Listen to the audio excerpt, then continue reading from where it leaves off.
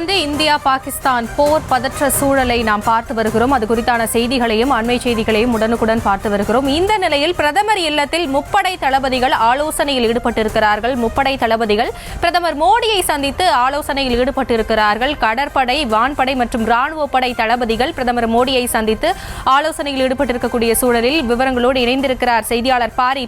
தற்பொழுது பிரதமர் இல்லத்தில் முப்படை தளபதிகள் ஆலோசனை மேற்கொண்டிருக்கிறார்கள். அவர்கள் அங்கு என்ன விவாதிக்கவிருக்கிறது, என்ன ஆலோசனை செய்வார்கள், அடுத்ததாக எப்படி தாக்கி அழிக்கலாம், என்ன நடவடிக்கை எடுக்கலாம் என்பது குறித்து அங்கு ஆலோசனை நடத்தப்படுமா, என்ன விவரங்கள்?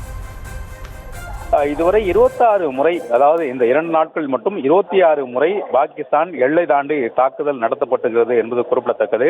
இந்தியா தகுந்த பதிலடியை பாகிஸ்தான் ராணுவத்திற்கு கொடுக்கப்பட்ட போதிலும் அது தொடர்பாக முப்படை தளபதிகளும் தற்போது பிரதமர் மோடியை சந்தித்து ஆலோசனை மேற்கொண்டு வருகிறார்கள். விமானப்படை, கப்பல் படை, தரைப்படை என இந்த 3 படைகளைச் சேர்ந்த தளபதிகளும் மற்றும் தலைமை தளபதியாக இருக்கக்கூடிய அடிப்படையில் அந்த அதிகாரிகளும் தொடர்ச்சியாக பிரதமரை மோடியை சந்தித்து இந்த ஆலோசனை மேற்கொண்டு வருகிறார்கள். ஒரு போர் பதற்றமான சூழல் இந்தியா பாகிஸ்தானுக்கு மத்தியில் ஈடுபட்டு வருகிறது. குறிப்பாக இந்த முப்படை தளபதிகளும் தற்போது சந்தித்துவதற்கு முக்கியமான காரணம், இந்தியாவை நோக்கி ராணுவத்தை தற்போது பாகிஸ்தான் நகர்த்துகிறது என்ற ஒரு திட்டத்தின் அடிப்படையில் தான் இத்தகைய கூட்டமாக நடைபெற்று வருகிறது. இந்தியாவை நோக்கி ஏற்கனவே ட்ரோன்கள் தாக்குதல், அதே போல ஏவுகணை தாக்குதலை தொடுத்து வரும் பாகிஸ்தான் அதை முழுமையாக இந்திய ராணுவம் முறியடித்த போதும் தற்போது இந்தியாவை நோக்கி ராணுவத்தை பாகிஸ்தான் அரசு நகர்த்தி வருகிறது. ஒவ்வொரு முறையும் இத்தகைய போர் சூழலை பாகிஸ்தான் உருவாக்கும், ஒவ்வொரு முறையும் உருவாக்கும் போது அத்தகைய உருவாக்கம் முழுமையாக தோல்வியில் அடைந்ததுதான் பாகிஸ்தானுடைய தொடர் வரலாறாகவே இருக்கிறது. அதன் அடிப்படையில் தற்போது இந்தியாவை நோக்கி ராணுவத்தை பாகிஸ்தான் நகர்த்துகிறது. இதன் அடிப்படையிலே இந்த கூட்டமானது தற்போது நடைபெற்று வருகிறது. அதிகாரிகள் முக்கியமான விஷயங்களை பிரதமரிடம் தெரிவித்து வருகிறார். தொடர்ச்சியாக இந்தியாவில் இருக்கக்கூடிய ஒரு பொதுமக்களுக்கு கூட எந்தவித பாதிப்பும் ஏற்பட்டுவிடக் கூடாது என்பதும், அதே போல இந்தியாவில் இருக்கக்கூடிய விமானப்படை தளம் உள்ளிட்ட எந்த ஒரு முக்கியமான இடங்களின் மீதும் பாகிஸ்தான் தாக்குதல் நடத்திவிடக் கூடாது என்பதையும் இந்தியா மிகவும் உறுதியாகவும் இருக்கிறது.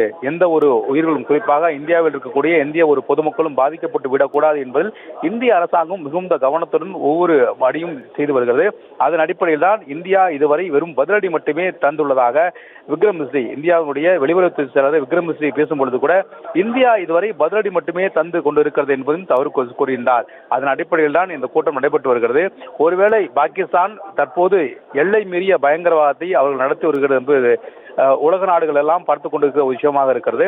எல்லை தாண்டிய பயங்கரவாதத்தை ஆதரித்த பாகிஸ்தான் தற்போது எல்லை தாண்டிய ஒரு தாக்குதல்களும் நடைபெற்று வருகிறது. அந்த தாக்குதல் அனைத்தையுமே இந்திய ராணுவம் வானிலேயே முறியடித்து வருகிறது நிலையில் அவர்கள் தங்கள் தோல்வியை மறைப்பதற்காக தற்போது தரைப்படை வாயிலாகவும் தாக்குதல் நடத்த திட்டமிட்டிருக்கிறார்கள். அதன் அடிப்படையில் தான் விக்ரம் மிஸ்ரி, இந்தியாவுடைய வெளியுறவுத்துறை அவர்கள் பேசும்பொழுது கூட இந்தியாவை நோக்கி ராணுவத்தை தற்போது பாகிஸ்தான் நகர்த்தி வருவதாக குற்றம் சாட்டினார். ஒருவேளை அத்தகைய ராணுவத்தை அவர்கள் நகர்த்தி இருந்தால் இந்தியாவின் சார்பில், இந்திய ராணுவத்தின் சார்பில் எடுக்கப்பட வேண்டிய நடவடிக்கையும் அதே போல பதில் நடவடிக்கையும் குறித்தும் தற்போது பிரதமர் ஆலோசிக்கப்பட்டு வருகிறார். அது மட்டுமல்ல, பாகிஸ்தானுடைய ஒரு வீரனுடைய ஒரு கால் கூட இந்தியாவினுடைய மண்ணை தொடக்கூடாது, அந்த அளவிற்கு இந்திய ராணுவம் கடுமையாக கட்டமைப்போடு தற்போது எல்லையில் பாதுகாத்துக் கொண்டிருக்கிறது. குறிப்பாக 4 மாநிலங்களான ராஜஸ்தான் மற்றும் குஜராத், காஷ்மீர் உள்ளிட்ட இந்த 4 மாநிலங்களும் பாகிஸ்தான் எல்லையில் இருக்கக்கூடிய இந்த 4 மாகாணங்களும் அதே போல அங்கு இருக்கக்கூடிய நதிகளும் என பாதுகாப்பை இந்தியா தீவிரப்படுத்தி இருக்கிறது.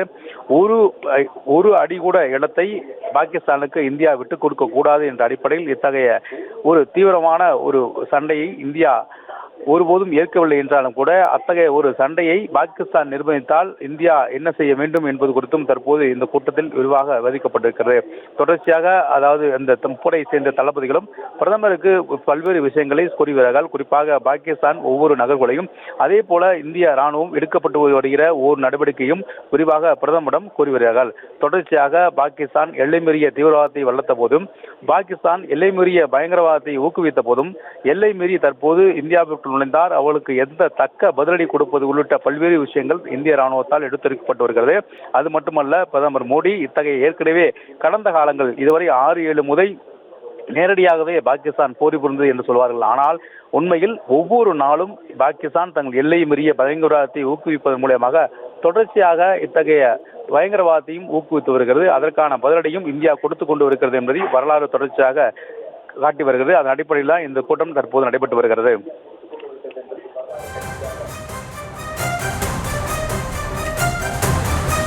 தற்போதைய விவரங்களுக்கு நன்றி பாரி கார்த்திக்.